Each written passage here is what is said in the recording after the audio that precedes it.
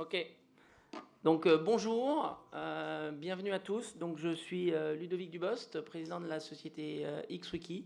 Et aujourd'hui, pour cette table ronde, nous allons parler de l'open source comme levier stratégique pour la souveraineté numérique. Alors, comme vous le savez et comme vous l'avez entendu ce matin pendant les keynotes, la souveraineté numérique est un problème important aujourd'hui. Et donc nous avons invité un petit groupe d'experts qui s'intéressent aussi à ce sujet. Et donc je souhaite la bienvenue à Ophélie Coelho, qui est chercheuse indépendante en géopolitique du numérique et affiliée à l'Institut Rousseau et à l'Observatoire de l'éthique publique, donc qui a beaucoup étudié cette problématique de souveraineté numérique. Ensuite, Stéphane Fermigier, qui est chef de l'entreprise Abilian et qui est coprésident du CNLL, qui est une institution qui représente les acteurs du logiciel libre en France, et qui est aussi président de l'Appel, qui est une association équivalente au niveau européen, donc qui est très active pour mettre en contact les acteurs européens. Nous avons ensuite Vincent Nibel, qui est DSI Group d'EDF et membre et pilote du groupe de travail du cloud de confiance aussi Greffe. Donc merci d'être là pour cette table ronde et représenter les grandes entreprises qui s'intéressent à ce sujet. Et nous avons Bastien Guéry, qui est responsable de la mission logiciel libre à Etalab, à la DINUM. Et donc je le remercie aussi de représenter la DINUM et l'État, alors pas tout l'État, hein, mais déjà la DINUM, qui est un acteur important de l'État sur cette problématique de logiciel libre. Donc voilà, donc merci beaucoup à tous nos invités. J'espère que cette table ronde sera active et intéressante. Et donc on va commencer directement. On parle de souveraineté numérique, mais de quoi parle-t-on exactement ? Et donc Ophélie, vous avez étudié ces problématiques de souveraineté numérique. Alors qu'est-ce que c'est exactement la souveraineté numérique et quels sont les problèmes associés? Et est-ce que le logiciel est un point important sur cette problématique de souveraineté numérique? Alors merci beaucoup Ludovic pour cette introduction.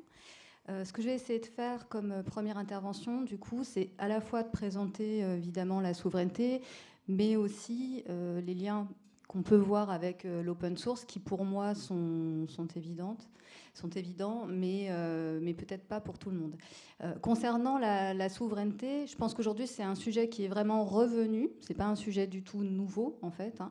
Il était là depuis assez longtemps, et c'est des choses qui même avant la guerre froide, à la fin de la Seconde Guerre mondiale, étaient déjà là. Cette idée de souveraineté informatique d'abord, puis ensuite on parle de souveraineté numérique. Donc c'est très ancien en fait, cette idée que il faut contrôler nos moyens informatiques vis-à-vis de dépendance à des grandes entreprises depuis la fin de la Seconde Guerre mondiale, américaine avec IBM d'abord, puis ensuite tous ceux qu'on connaît, d'accord ?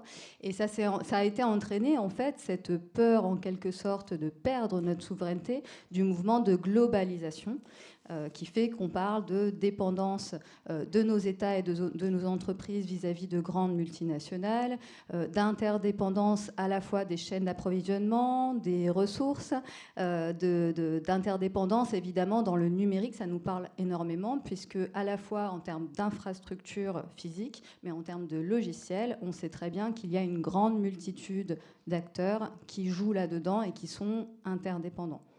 Donc aujourd'hui, le problème, et ce qui relie avec l'open source, évidemment, c'est notre sujet de dépendance à des logiciels propriétaires qui est particulièrement forte. On a une étude très intéressante de la part de la Commission européenne que vous pouvez retrouver sur Eurostat de 2021, en fait, le sujet des dépendances revenant au devant de la scène, qui montre qu'au niveau du cloud, nous sommes extrêmement dépendants en France des clouders américains. Je ne vous apprends rien, on en parle quand même beaucoup depuis un certain temps, mais sur des technologies qu'on dit sophistiquées, c'est-à-dire sur la sécurité, sur les plateformes de développement, etc., etc. Donc sur des sujets, sur des logiciels sophistiqués et en fait critiques pour l'activité des entreprises et des États. Alors cette inquiétude études-là, du coup, on dit que souvent la souveraineté numérique, enfin, j'ai beaucoup entendu que le sujet de la souveraineté numérique, ce serait un sujet franco-français. Bon, en fait, pas du tout, hein. En 2019, par exemple, le ministère de l'Intérieur allemand faisait une étude, un audit dans ses administrations pour voir quelles sont les dépendances logicielles de ces administrations. Sans grande surprise, les dépendances les plus fortes, mais de très très loin, étaient à Microsoft. On sait très bien que c'est la même chose en France, bien sûr, mais ils ont fait cet audit-là.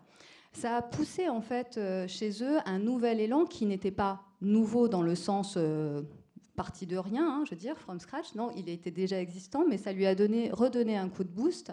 Si vous avez par exemple entendu parler du projet Phoenix, je pense que les autres pourront en parler aussi plus, de la suite Phoenix qui est portée par Dataport. Dataport, ce qui est intéressant et la raison pour laquelle j'en parle, c'est que la souveraineté, là on ne parle pas de souveraineté individuelle, de souveraineté d'un individu, mais de la souveraineté collective, celle d'un État, d'une nation, d'une entreprise, d'une institution publique comme un hôpital, etc. Bon. Donc le rôle de l'État, il est majeur là-dedans. Dataport, ce n'est pas une entreprise venant du privé, c'est une entreprise en Allemagne qui est venue de l'État fédéral, des États fédéraux, et qui montre qu'en fait, en Allemagne en tout cas, il y a quelque chose qui est venu de l'administration et qui est allé chercher en fait des acteurs privés et des associations pour travailler en fait sur une suite open source qui est la suite Phoenix.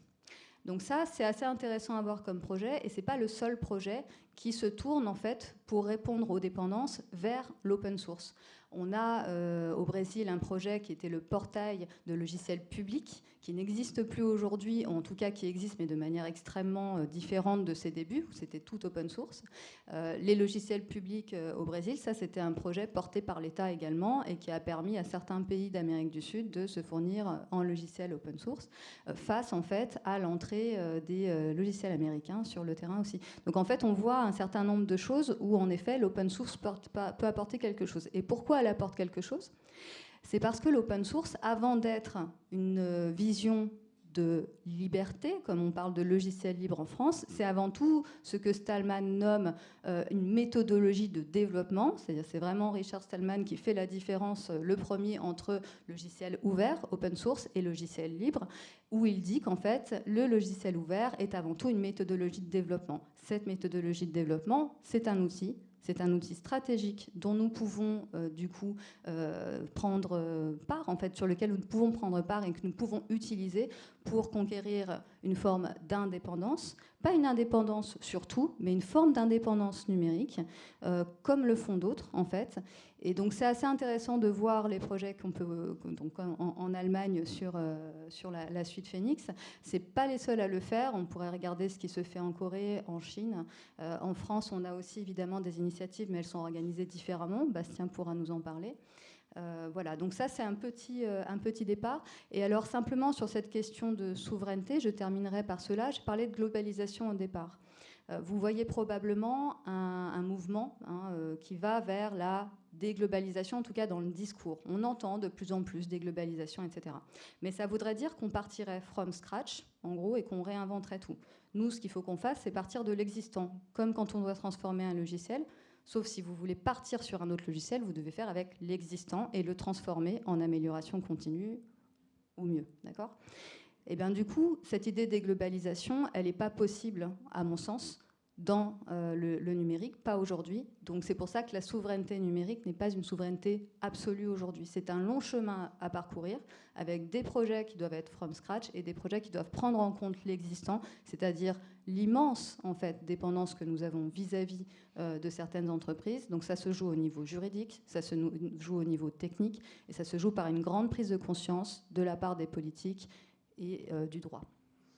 Merci beaucoup, merci Ophélie de cette introduction. Alors justement Stéphane, sur ces problématiques de souveraineté, est-ce que les groupes du CNNL ou de l'Appel se sont appropriés cette problématique et en quoi l'open source est justement une réponse tout à fait intéressante sur ces problématiques de souveraineté numérique ? Effectivement, le logiciel libre s'est emparé, comme l'a dit Ophélie, du sujet, je dirais, depuis l'origine, depuis que le terme logiciel libre ou free software a été prononcé par Richard Stallman, non pas sous peut-être pas avec la notion moderne de souveraineté numérique, mais en tout cas avec l'idée qu'il fallait, pour les utilisateurs de l'informatique et du logiciel en particulier, reprendre une certaine forme d'indépendance. Donc ce mot indépendance est probablement celui qui a été utilisé dans un premier temps.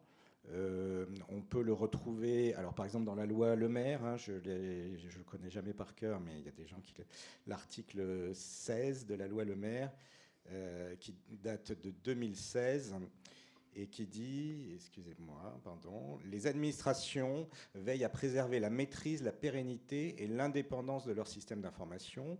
Et ensuite, elles encouragent l'utilisation des logiciels libres et des formats ouverts. Donc il y a 4 mots-clés, hein, maîtrise, pérennité et indépendance. Et on pourrait dire que c'est des synonymes, ou en tout cas c'est des mots qu'on pourrait substituer aujourd'hui à souveraineté numérique, en prenant la souveraineté numérique comme une notion d'autonomie stratégique, c'est-à-dire le fait d'avoir des systèmes qui fonctionnent, qui continuent à fonctionner en présence d'aléas qui peuvent être diplomatiques, qui peuvent être technologiques, qui peuvent être des incidents de sécurité, qui peuvent être la disparition d'un prestataire, ça qui peut être l'émergence de nouvelles technologies, l'émergence de menaces, etc. Et donc la loi, dès 2016 en France, et c'est le fruit d'une réflexion qui est beaucoup plus ancienne, puisque par exemple le sénateur Laffitte avait fait une proposition de loi qui était assez similaire dès 1999. Donc on voit que la loi le dit, avec la question de comment mettre en œuvre ces grands principes. Alors on pourrait citer par exemple dès 2006 le ministère de la Défense qui, dans une directive, disait outre les avantages liés à la disponibilité du code source, les logiciels libres permettent de vérifier le respect des standards et favorisent l'interopérabilité. Et que du coup, à coût global, risque et efficacité opérationnelle comparable, le logiciel libre est privilégié. Donc dès 2006, le ministère de la Défense, quand on parle de souveraineté, c'est vrai qu'on parle souvent, on pense en premier à des organisations comme tout ce qui tourne autour de l'armée. Donc on peut penser qu'il y a une réflexion, et on constate qu'en France, il y a eu cette réflexion dès 2006. Cette phrase, à coût global, risque et efficacité, etc., on va la retrouver au niveau européen, puisque la Commission européenne, donc là c'était en 2020, dans sa communication à la Commission, donc un document extrêmement important, pas un petit rapport qu'on met au fond d'un tiroir, non, un document extrêmement important, disait « Les solutions open source seront privilégiées lorsqu'elles sont équivalentes en matière de fonctionnalité, coût total et cybersécurité ». Donc en fait, c'est pratiquement la même phrase qui a été reprise 14 ans après. On a remplacé sécurité, je ne sais plus, par cybersécurité, mais on revient au même. Donc il y a ce constat global que par construction, le logiciel libre, par exemple ses fondements juridiques dans les licences reconnues comme libres ou open source par la Free Software Foundation et l'Open Source Initiative, eh bien, représente à la fois une garantie à la fois de large diffusion évidemment, mais aussi d'indépendance de la part des utilisateurs de ces logiciels. On a ce cadre juridique, donc on a la notion de transparence, la visibilité du code source qui n'est pas, bien sûr, comme chacun le sait évidemment, synonyme d'open source, mais qui est quand même un des critères majeurs. La visibilité du code source permet des audits, et les recommandations, par exemple, qu'on peut lire en ce moment en Allemagne, sont qu'il faut être capable d'auditer les codes sources dans les infrastructures de cloud, par exemple, pour pouvoir garantir l'absence de logiciels espions, pour pouvoir garantir l'interopérabilité, etc.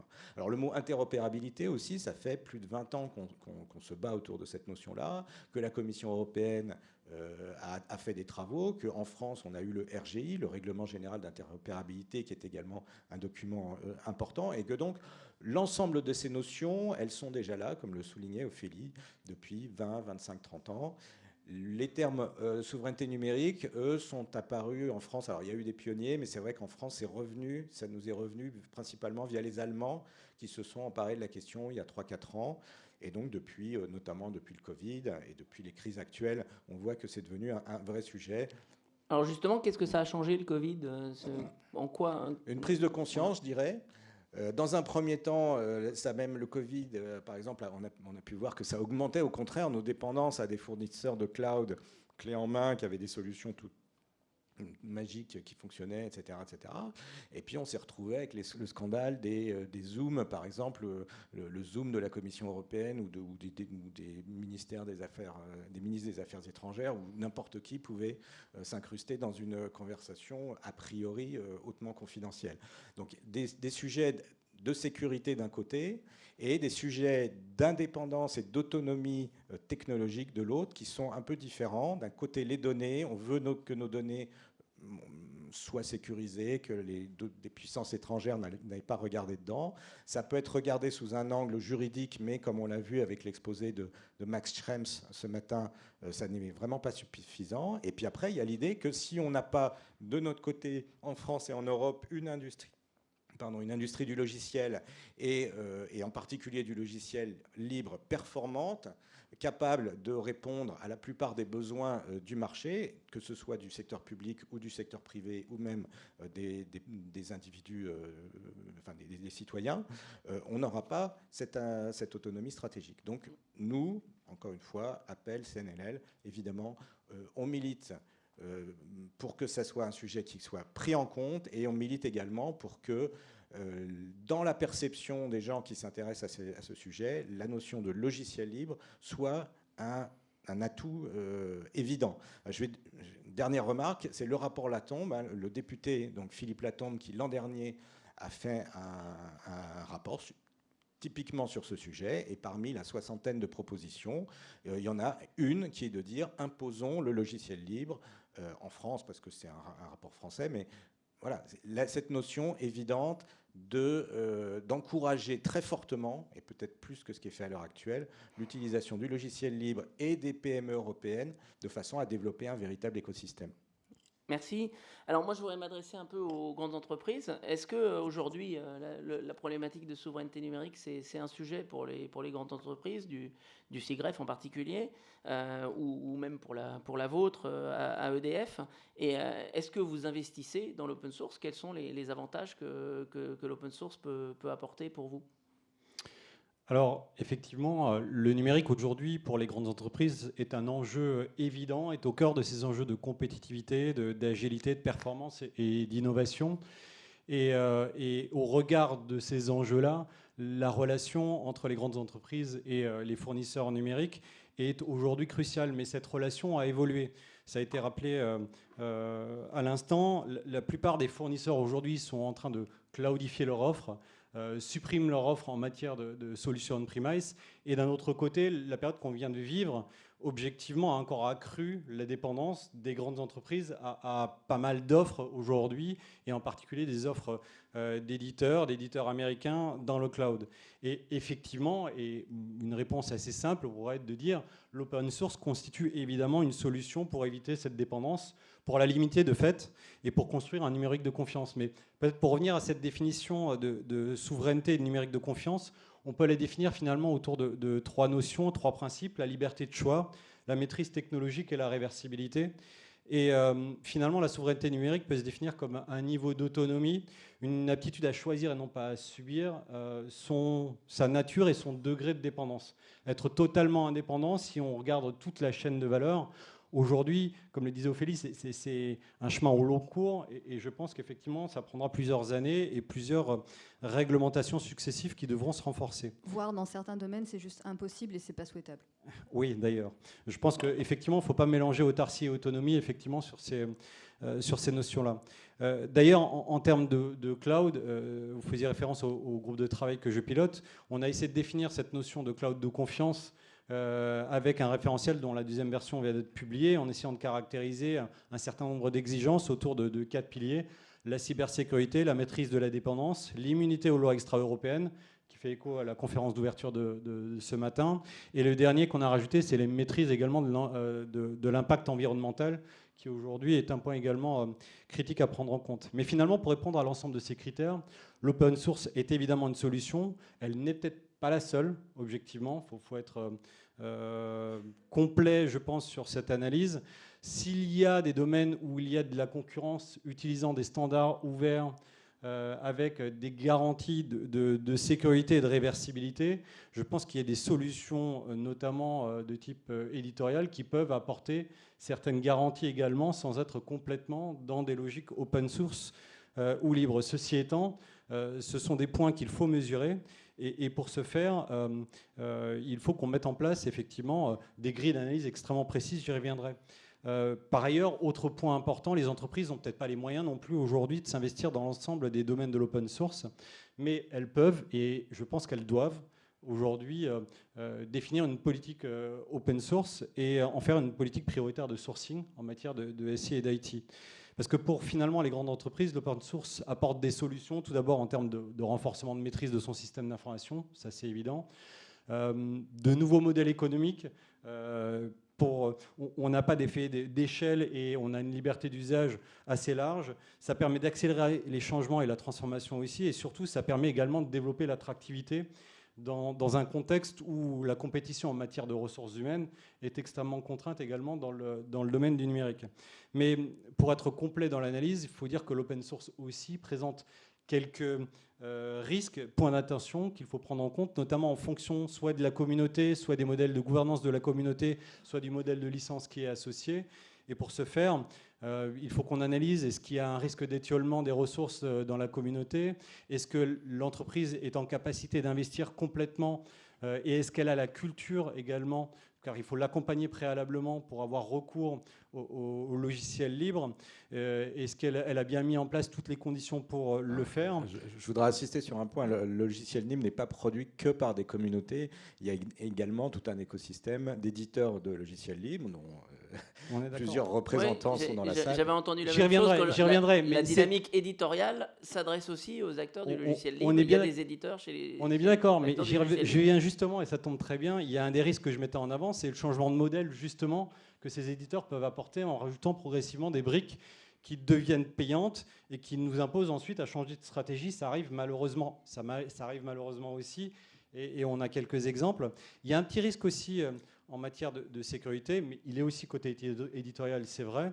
Mais je pense qu'il faut qu'on l'ait collectivement en tête. Quand on voit par exemple le Cyber Resilience Act qui prévoit explicitement pour les communautés libres une exception, parce qu'ils ne peuvent pas appliquer les mêmes contraintes, par exemple 2,5% d'amende en cas de non-respect d'un certain nombre d'exigences. C'est pas complètement illogique, mais de fait, il faut qu'on trouve une autre solution pour se garantir que finalement les communautés puissent répondre à des enjeux sur des briques qui peuvent être largement déployées. On le voit sur OpenSSL récemment, il y a encore une faille importante, il y a eu Log4j, il y a eu ces sujets-là. Pour tous ces environnements-là, il faut qu'on ait aussi des garanties pour les entreprises, pour garantir cette sécurité. Ensuite, alors justement, il y a une conférence demain sur le financement des briques critiques qui pourra intéresser les gens qui s'intéressent à ce sujet. Dernier point peut-être, mais qui peut faire débat également, c'est le volet expérience utilisateur, IHM. C'est pas forcément... souvent, c'est un péché de jeunesse des premières briques. Ça l'est de moins en moins, c'est vrai, je l'admets. Mais ça l'est encore en partie, ce qui fait qu'une fois que des entités, des grandes entreprises en particulier, ont mis le doigt dans l'usage d'outils et ont acculturé tout un écosystème à l'usage de ces outils et à une certaine ergonomie, la conduite du changement est extrêmement lourde. Donc ça, c'est un point également à avoir en tête. Mais tous ces éléments-là, on les a bien en tête. Et pour EDF, juste pour éclairer l'exemple d'EDF, on a mis en place une politique open source depuis 2016. On a aujourd'hui plus de 300 outils qui sont référencés, partagés avec l'ensemble des DSI métiers. On a 10 principes, dont celui d'examiner systématiquement l'existence d'une brique logicielle libre préalablement. Ça revient à peu près à ce qu'il y a au niveau de l'État. On mène en commun des études et chaque mois, un comité se réunit pour réévaluer quelles sont les nouvelles briques qui pourraient intégrer ce référentiel-là. Et avec 6 autres entreprises, il y a 17 membres aujourd'hui, on a constitué une association qui s'appelle TOSIT, qui est là pour d'abord partager des retours d'expérience et d'éveil des études dans le domaine du logiciel libre, de sécuriser des briques critiques et également sur la base de partenariats spécifiques, de construire également des briques spécifiques. On en a monté une en termes dans le domaine du management des identités et des authentifications qui s'appelle Tosiam. On en a monté une autour de l'assistant vocal qui s'appelle TOC, et il y en a une dernière qu'on vient de lancer dans un cadre justement d'évolution du cadre d'usage de certaines distributions sur Hadoop 3 pour faire en sorte que Trunk Data Platform, c'est le projet, puisse voir le jour et constituer une solution libre pour Hadoop 3 dans les mois et années à venir. D'accord. Bah, merci beaucoup pour toutes ces informations et ces investissements dans l'open source, c'est très intéressant. Alors, tout à l'heure, Stéphane nous a parlé de textes de loi, d'intervention publique. La question, c'est est-ce que c'est suivi d'actes au niveau de l'État? Bastien, est-ce que tu peux nous en parler un peu? Que fait l'État justement pour essayer de mettre en œuvre ce qui est indiqué dans certaines lois ou dans certains textes ou dans certaines déclarations politiques? Moi, j'avais entendu aussi Bruno Le Maire dire pas de souveraineté politique sans souveraineté numérique. Voilà. Est-ce que ça fait partie des missions de la mission logiciel libre de traiter les problématiques de souveraineté numérique aussi? Et qu'est-ce que vous faites au niveau de la DINUM? Merci beaucoup. Avant d'essayer de répondre à cette vaste question, je voudrais juste faire 3 petits sondages dans la salle pour savoir qui utilise une distribution GNU Linux, qui donne de l'argent en soutien à des mainteneurs open source à plus de 500 par an. 500, c'est beaucoup. Qui, sur ses infras ou son ordinateur, fait un audit systématique de sécurité de tout ce qui est en open source sur sa machine. C'est intéressant parce qu'on fait plus d'audits qu'on ne donne d'argent. Je pense que les doigts levés, ça doit quand même nous réveiller un peu tous pour dire que souveraineté, on peut toujours décliner, on peut parler de la souveraineté de l'État, de l'administration en tant qu'organe de l'État, on peut parler de la souveraineté économique et on peut aussi parler de la souveraineté individuelle, qui était le sujet de Richard Stallman sur émanciper l'individu face à sa machine. Là, on a besoin d'émanciper des entreprises, des organes plus grands comme des ministères ou des structures, des organismes publics, mais on a ici une responsabilité collective en tant qu'individu, en tant qu'entreprise, en tant qu'acteur de ce changement numérique pour les 30 prochaines années, qui est de savoir à chacun à quelle hauteur on peut contribuer à un écosystème qui est là. J'avais émis il y a très longtemps la notion de responsabilité numérique des entreprises. Alors le mot responsabilité numérique maintenant est complètement focalisé sur tout ce qui est éco-responsabilité, mais en fait la notion pour moi elle devrait être bien plus vaste. On a une responsabilité collective sur l'impact du numérique sur l'environnement, et on a aussi une responsabilité collective sur, par exemple, la neutralité du net, qui sont des grands sujets portés au niveau européen, avec des divergences selon les pays. On a une responsabilité collective sur la maintenance de toute cette pile logicielle, qui est la pile logicielle libre, qui sont des logiciels qui existent, dont certains sont morts, dont certains sont vifs, dont certains ont des failles, dont certains sont portés par des communautés, d'autres par des éditeurs. Donc, malgré la complexité, j'insiste sur cet aspect de responsabilité collective, et je pense que le déclic, il s'est fait depuis pas mal de temps. En fait, les gens qui reposent beaucoup sur du logiciel libre investissent dessus. À propos de ces gens qui investissent, on a les grandes entreprises en particulier, dont des grandes entreprises connues comme Alphabet, Meta, Microsoft, qui ont internalisé la stratégie qu'ils appellent open source, moi je préfère parler de logiciel libre, et qui ont construit les open source Program Office un peu partout. Ces open source Program Office ont inspiré ce qui a été appelé mission logiciel libre, avec l'enjeu d'aborder tous les sujets du logiciel libre.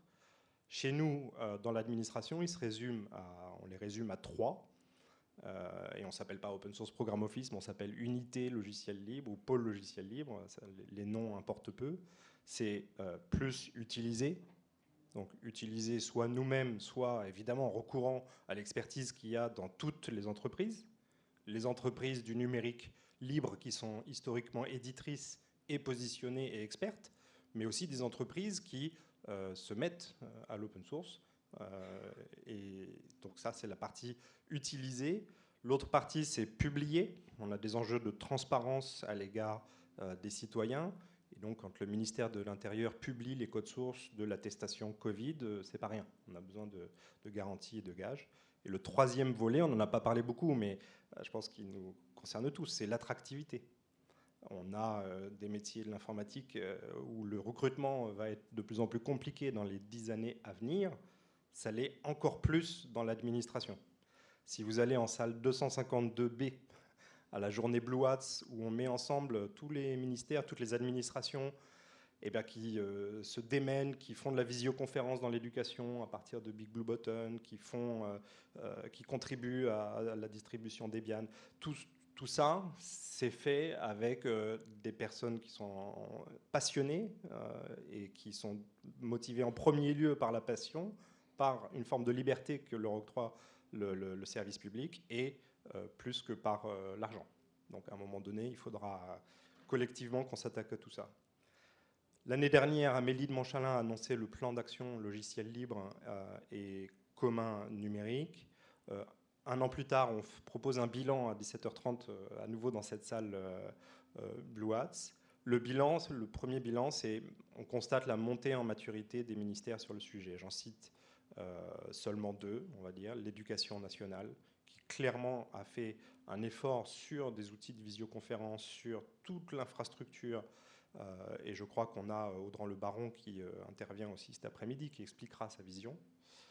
Et le deuxième ministère qui avance de façon exemplaire, c'est l'enseignement supérieur et la recherche. On a depuis longtemps le comité pour la science ouverte qui pilote le baromètre de l'open access et qui s'est emparé depuis 1 an des sujets de logiciels libres. Et on a cette chance en France d'avoir des chercheurs, et peut-être parmi vous dans la salle, qui sont vraiment très actifs dans le logiciel libre, sauf que c'est pour l'instant invisible. On ne sait toujours pas citer un logiciel dans un papier de recherche. On n'a pas de DOI pour citer un logiciel. Donc on les cite, évidemment, on les mentionne. Mais comment on connecte les questions d'enjeux de reproductibilité ? Il y a un journal qui s'appelle le Journal of Open Source Software, je crois, où l'enjeu principal, c'est juste on publie des articles d'une page où on décrit un logiciel, et en fait, ça donne un DOI, du coup, pour les gens qui ont pris la peine de décrire leur logiciel dans ce journal. Il y a des solutions, mais elles sont éparses, elles n'ont pas encore l'universalité du DOI qui a permis, une fois qu'il a été transposé par exemple au jeu de données, de pouvoir citer un jeu de données avec un lien pérenne et universel. Mais c'est un sujet sur lequel il faut avancer. Pour moi, l'autre sujet, évidemment, c'est le sujet de la formation, que tout ce qui se fait dans la recherche, on a des gens spontanément attirés par le logiciel libre, par, j'allais dire, affinité éthique, presque, parce que l'éthique de la recherche est proche de l'éthique du développement des logiciels libres. Et bien, ces affinités éthiques, il ne faut pas seulement les attendre, il faut les susciter, et donc il faut former nos chercheurs, jeunes et plus grands, à être demain les contributeurs du logiciel libre dans l'écosystème plus vaste ou dans l'administration directement. Vous avez fait justement une initiative avec des stagiaires dans les grandes écoles. Oui, alors ça rejoint le troisième sujet, celui de l'attractivité. C'est comment on rend l'administration attirante. C'est qu'on a travaillé avec Centrale Supélec et l'écosystème libre au sens large. On a demandé si des projets venant d'entreprises ou de projets communautaires étaient partants pour accueillir des étudiants pendant 6 mois et les mentorer. Et nous, on paye le stage. Centrale Supélec les encadre pédagogiquement, les projets les reçoivent et ils apprennent à contribuer à des projets, et des étudiants qui sont très motivés et très bons sont accueillis à la DINUM. Aujourd'hui, il y a 6 étudiants et ils travaillent sur VLC, Open Food Facts, SISMA et d'autres projets. Donc ça, on fait découvrir l'administration sous un autre angle. Je vous assure, je vous invite tous à passer 6 mois en résidence dans l'administration pour comprendre les complexités.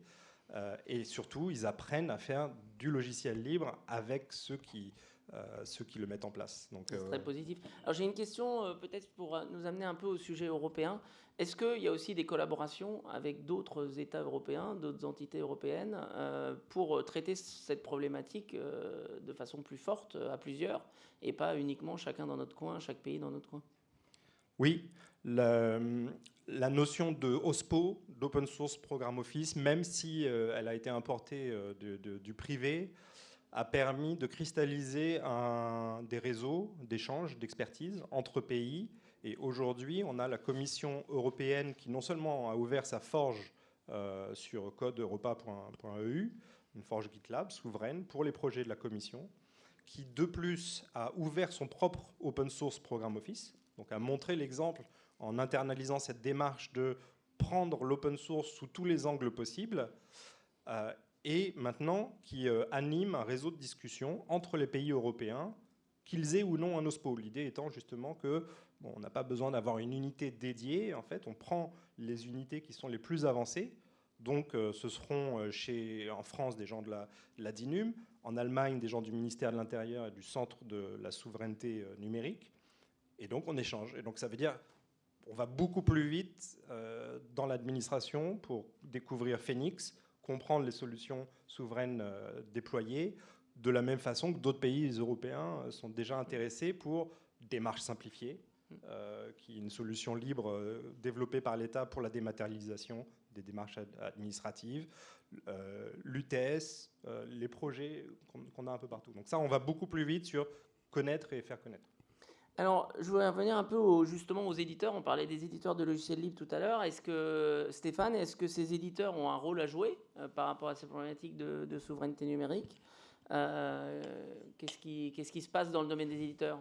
Comme l'a évoqué Bastien et plein d'autres gens avant lui, la question du financement, de qui développe le logiciel libre, qui le maintient, qui s'assure, comme ça a été évoqué également, qu'il n'y a pas de bug, quand il y en a, ils sont corrigés de la manière la plus efficace et la plus rapide possible. C'est une responsabilité et il faut construire un système où cette responsabilité, elle va retomber sur des personnes, des organisations, etc. Bon, le système du logiciel libre où il y a une masse indiscernable de contributeurs qui font des projets, chacun un peu dans leur coin, etc. Ça marche. Hein. Il y a des très bons logiciels, des briques logicielles qui sont tout à fait utilisables et qui sont construites dans ce contexte. Mais globalement, notre théorie opérationnelle, que ce soit au CNLL ou à l'Appel, c'est qu'il y a besoin de développer un tissu d'entreprise. Donc pas que des entreprises de services, évidemment, qui sont aussi à même de s'emparer de ces projets open source, de les adapter, de les mettre à disposition du client, etc. Mais également des éditeurs qui vont assurer tout le cycle de vie depuis la conception, la vision, le marketing, évidemment. Enfin, des mots qui parfois sont considérés comme des gros mots auprès de certaines communautés, mais qui en fait n'en sont pas. Ça ne sert à rien de faire du logiciel si personne ne le connaît, si personne ne l'utilise. On se fait plaisir, mais on n'est pas dans cette logique-là aujourd'hui. Donc, développer un écosystème d'éditeurs européens, donc ça c'est un autre sujet, mais c'est évident que le bon niveau pour parler de souveraineté numérique, c'est plutôt a priori l'Europe, même si l'Europe c'est aussi un ensemble d'États indépendants.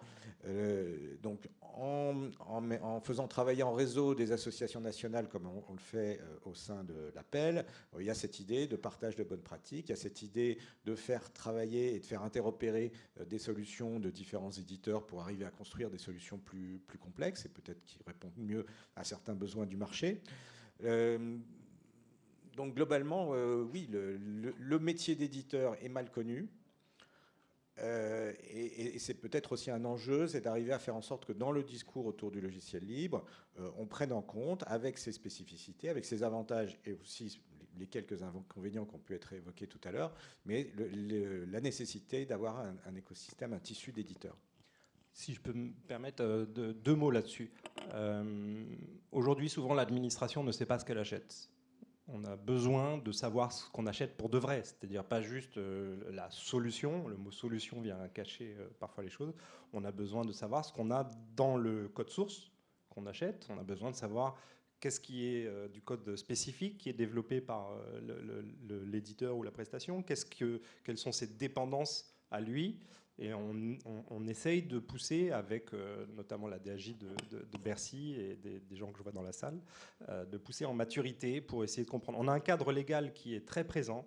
Il nous faut maintenant faire monter en maturité technique pour savoir exactement ce qu'on achète, quelle est la promesse qui est faite. Ça, c'est le premier mot et je pense que ce sera essentiel et je pense que c'est valable pour toute entreprise qui achète. Elle a ses propres dépendances. Si elle se dit, on me vend de l'open source, mais en fait, on en est encore au point aujourd'hui où des fois les gens viennent nous voir en disant nous sommes open source, ça veut simplement dire qu'ils utilisent de l'open source dans une solution sur laquelle ils ont mis de la glu. Donc merci, on n'est plus, voilà, on n'est pas, même si on est l'administration, on n'est pas aussi naïf que ça. Mais donc qu'est-ce qu'on achète pour de vrai? Deuxième point, Je pense qu'il y a un enjeu de souveraineté qui concerne d'abord le cloud, que pour ma part j'appelle télématique, parce que c'est simplement de la télématique, c'est de l'informatique à distance. Et là-dessus, j'espère que l'avenir nous prouvera qu'on aura... On avait à l'époque, il y a 15 ans, le sujet des intégrateurs. Est-ce que les intégrateurs reversent assez aux éditeurs? Est-ce qu'ils reversent assez aux communautés? Est-ce que tous ces gens qui arrivent avec des solutions plutôt que des logiciels reversent assez upstream et en amont? Est-ce qu'ils connaissent le travail des bénévoles passionnés qui passent le dimanche ou des entrepreneurs qui prennent des risques? Bon, aujourd'hui, on a le même sujet avec les acteurs du cloud. Est-ce qu'ils reversent assez? Est-ce qu'ils s'impliquent assez? Est-ce qu'ils savent ne pas vouloir refaire eux-mêmes en interne la même chose qu'un éditeur, mais travailler avec l'éditeur? Est-ce qu'ils savent partager la croissance économique, j'aimerais comparer celle du cloud en général, de la télématique, à celle des éditeurs, et on verra ce que ça donne. Mais je pense que c'est important. La relation entre ces acteurs qui sont finalement presque des places de marché de solutions technologiques à utiliser, et les acteurs du logiciel libre est quelque chose de très important. Et l'État sera au rendez-vous dès qu'on aura des rencontres fructueuses et souveraines entre des acteurs du cloud européen et des acteurs du logiciel libre. Ophélie, tu veux intervenir ? Alors oui, il y a plusieurs choses sur lesquelles je vais intervenir ou apporter peut-être une réponse. Tout à l'heure, tu parlais, Bastien, de la question de l'éthique et du fait que finalement, c'est une volonté individuelle de participer au logiciel libre. On s'en sortira jamais si participer au logiciel libre, c'est juste une vision éthique, en fait. On s'en sortira jamais si les jeunes qui vont vers le logiciel libre, c'est par passion. Ça ne peut plus fonctionner. Si on veut vraiment que la technique, que les jeunes sortent des écoles en connaissant les solutions open source et en sachant développer dessus.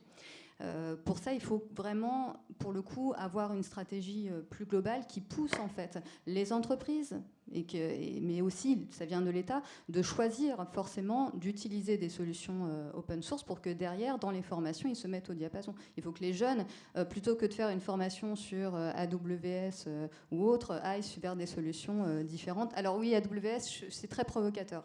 Je sais, c'est très provocateur, sachant qu'il y a quand même malgré tout des choses qu'on peut remplacer en Europe. Mais pour les entreprises, c'est encore très difficile de l'entendre parce qu'on les connaît peu et qu'en effet, c'est beaucoup plus facile, beaucoup plus rapide, beaucoup plus performant aujourd'hui d'aller sur AWS pour un certain nombre de choses, il faut l'admettre. Mais néanmoins, le choix doit quand même venir aussi du travail qu'il y a sur le marché de l'emploi.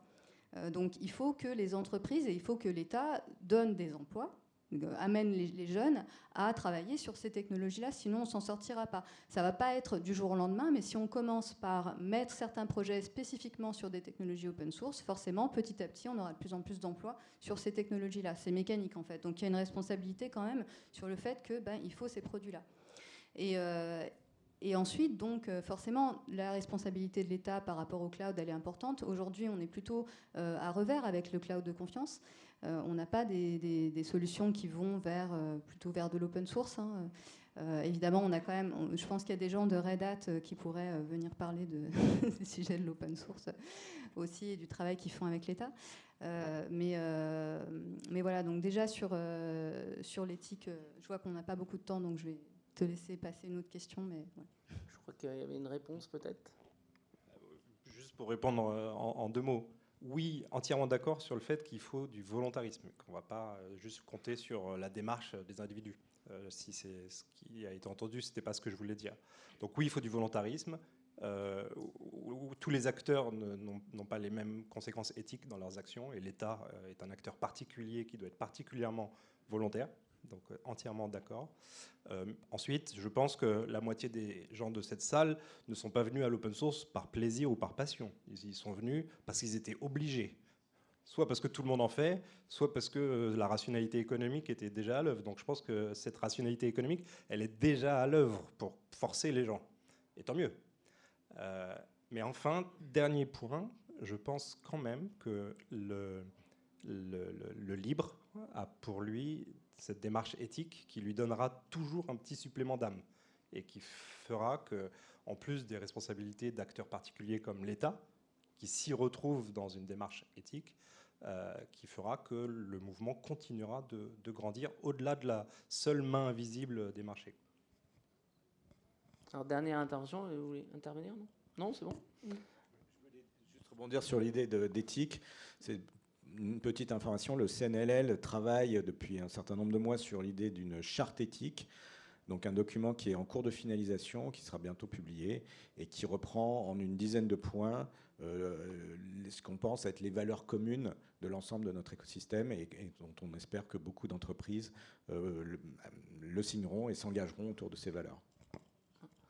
Juste pour précision, et au sein de l'État, il y a de mémoire, parce que ça remonte à des précédentes fonctions, côté Bercy, des travaux y compris sur du cloud avec du logiciel libre autour d'OpenStack et OpenShift. Et il y a peut-être quelque chose à construire autour de ça aussi. Il n'y a pas de démarche complètement structurée autour de ces briques-là.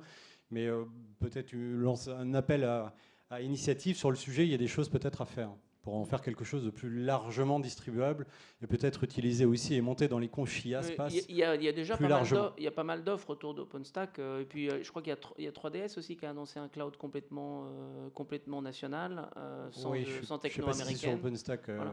3DS. Mais il y a beaucoup d'offres qui se développent. Justement, il y a aussi un aspect marketing. Je pense qu'on est aussi très noyé derrière la force marketing des acteurs américains. Et donc, c'est aussi pour ça qu'une conférence comme aujourd'hui nous permet de mettre en lumière tous les acteurs et de montrer qu'il y a un écosystème très actif avec beaucoup d'acteurs qui font des grands projets. En fait, il y a quelque chose qui n'est pas forcément toujours connu, c'est qu'il y a des sociétés françaises qui ont aussi des succès à l'international, et parfois plus à l'international que dans leur propre pays. Et donc, il faut savoir aussi regarder ce qu'on a aussi chez nous dans le domaine. Alors, merci beaucoup à nos conférenciers pour cette table ronde éclairante.